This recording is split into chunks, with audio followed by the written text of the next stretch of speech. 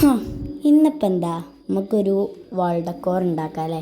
വാൾ decor കണ്ട് മടുത്തുണ്ടാവും എന്നെനിക്കറിയാം. എന്നാലും ഇപ്പം എൻ്റെ കയ്യിൽ വാൾ ഡെക്കോർ മാത്രമേ ഒരു ഐഡിയ ആയിട്ട് കിട്ടുന്നുള്ളൂ.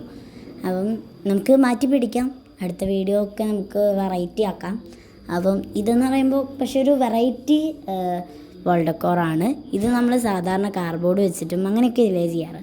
ഇത് ത്രെഡ് ഉപയോഗിച്ചിട്ടാണ് ചെയ്യുന്നത്. ത്രെഡ് എന്ന് പറയുമ്പോൾ ജൂട്ട് ത്രെഡാണ് വേണ്ടത്. അപ്പം എൻ്റെ കയ്യിൽ ജൂട്ട് ത്രെഡില്ല. അപ്പോൾ നമ്മൾ എന്ത് ചെയ്യും? നമ്മളത് വിടാൻ പാടില്ല. നമ്മൾ വേറെ നമ്മുടെ കയ്യിലുള്ള ഏതെങ്കിലും ഒരു ത്രെഡ് വെച്ചിട്ട് ചെയ്യുക. എന്ന് വെച്ച് നമ്മളെ തുന്നുന്ന ത്രെഡ് വെച്ചിട്ടൊന്നും ചെയ്യല്ലേ. ഇത് വെച്ചിട്ട് തന്നെ ഞാൻ ചെയ്യാൻ വേണ്ടിയിട്ട് 3 ദിവസമാണ് എടുത്തത്. 3 ദിവസം എന്ന് പറയുമ്പോൾ കംപ്ലീറ്റ് ആയിട്ടൊന്നുമില്ല. അതായത് ഞാൻ രാവിലെ സ്കൂളിൽ പോകുന്ന സമയത്ത് കുറച്ച് ചെയ്യും, ഞാൻ വന്നതിന് ശേഷവും കുറച്ച് ചെയ്യും.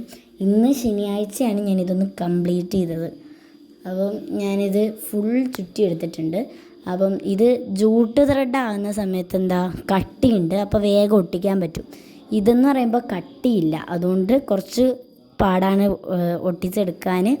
പിന്നെന്ന് പറയുമ്പോൾ മറ്റേത് ജൂട്ട് ത്രെഡ് ആകുമ്പോൾ ബ്രൗൺ കളറായിരിക്കും. ഇത് എൻ്റെ കയ്യിലുള്ള വൈറ്റ് കളർ. ഇതൊരു എന്താ പറയുക, നമ്മൾ എക്സാമിനൊക്കെ പോകുന്ന സമയത്ത് 2 പേപ്പർ കിട്ടിക്കഴിഞ്ഞാൽ 2 പേപ്പർ എഴുതി കഴിഞ്ഞ് കഴിഞ്ഞാൽ നമുക്കത് കൂട്ടിക്കെട്ടണ്ടേ.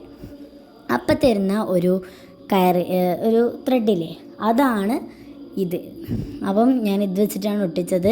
ഇത് തിന്നായതുകൊണ്ട് തന്നെ നല്ല പാട് വിട്ടു കേട്ടോ ഇതൊന്ന് ശരിയാക്കി എടുക്കാൻ.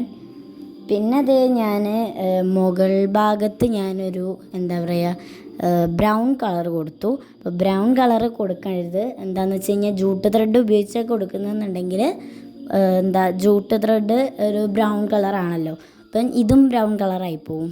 അപ്പം അവിടെ എന്തെങ്കിലും ലൈറ്റ് കളേഴ്സ് കൊടുക്കുക. ഇത് പിന്നെ വൈറ്റ് ആയതുകൊണ്ട് തന്നെ ഡാർക്ക് ആയാലും കുഴപ്പമില്ല, ലൈറ്റ് ആയാലും കുഴപ്പമില്ല. അപ്പം ഞാൻ ഇവിടെ പറഞ്ഞ് ബ്രൗൺ കളർ കൊടുത്തു, പർപ്പിൾ കളർ കൊടുത്തു, ബേബി പിങ്ക് കൊടുത്തു, നോർമൽ പിങ്ക് കൊടുത്തു, പിന്നെ നടുവിലായിട്ടൊരു സാൻഡൽ കളറും കൊടുത്തു. പിന്നെ നമുക്ക് അതിനൊക്കെ ഞാൻ ഔട്ട്ലൈനും കൊടുത്തിട്ടുണ്ട്. ഒരു കുറച്ച് വൈറ്റ് വിട്ടതിന് ശേഷം കുറച്ച് ഔട്ട്ലൈന്. അതിനുശേഷം നമുക്കുള്ള പരിപാടി എന്ന് പറയുമ്പോൾ ബ്ലാക്ക് പെയിൻറ്റ് വെച്ചിട്ട് നമ്മൾ അതിൻ്റെ മുകളിൽ നമുക്ക് തോന്നുന്ന ഒരു ചിത്രം വരയ്ക്കുക. ഞാനിപ്പോൾ അങ്ങനെ കാര്യമായിട്ടൊന്നും വരച്ചില്ല. ഞാൻ നമ്മുടെ ലീഫ് ഇങ്ങനെ നിൽക്കുന്ന പോലെയാണ് ഇതേപോലെയുള്ള ഒരു ലീഫാണ് വരച്ചത്. അപ്പം താഴേന്ന് മുകളിലേക്ക് ഒരു ലീഫും പിന്നെ സൈഡിൽ നിന്ന് നടുവിലേക്കൊരു ലീഫുമാണ് ഞാൻ വരച്ചത്. അപ്പം ഇതിൻ്റെ കളർ കോംബോ ഒക്കെ നിങ്ങൾക്ക് നല്ല കളർ കോംബോ യൂസ് ചെയ്തിട്ട് ചെയ്യാൻ പറ്റും. അപ്പം ഇത് യൂസ് ചെയ്യുന്ന ഓരോ ത്രെഡിനനുസരിച്ച് കളർ കോംബോ നിങ്ങൾ എന്ത് ചെയ്യുക, സെലക്ട് ചെയ്യുക. അപ്പം ഇത് ചെയ്തെടുത്തത് വളരെ പാടാണ്. അപ്പം ചെയ്യണമെന്ന് നിർബന്ധമുള്ളവർ മാത്രം ഇത് ചെയ്താൽ മതി. അല്ലാന്നുണ്ടെങ്കിൽ വെറുതെ സമയവും പോവും, ത്രെഡും പോവും, പിന്നെ നമ്മുടെ പശയും പോകും. അഥവാ ഇത് ഫ്ലോപ്പായി കഴിഞ്ഞ് കഴിഞ്ഞാൽ എല്ലാം വേസ്റ്റായി. അപ്പം ഇതെന്ന് പറയുമ്പോൾ ഫ്ലോപ്പായില്ല, എന്നാലും എനിക്ക് കാര്യമായിട്ടങ്ങ് ഇഷ്ടപ്പെട്ടില്ല. പിന്നെ ഇതിൻ്റെ മുകളിൽ ഞാനിപ്പോൾ വരയ്ക്കുന്ന സമയത്ത് എന്താ സൈഡൊന്നും അങ്ങനെ ലെവലായി വരില്ല.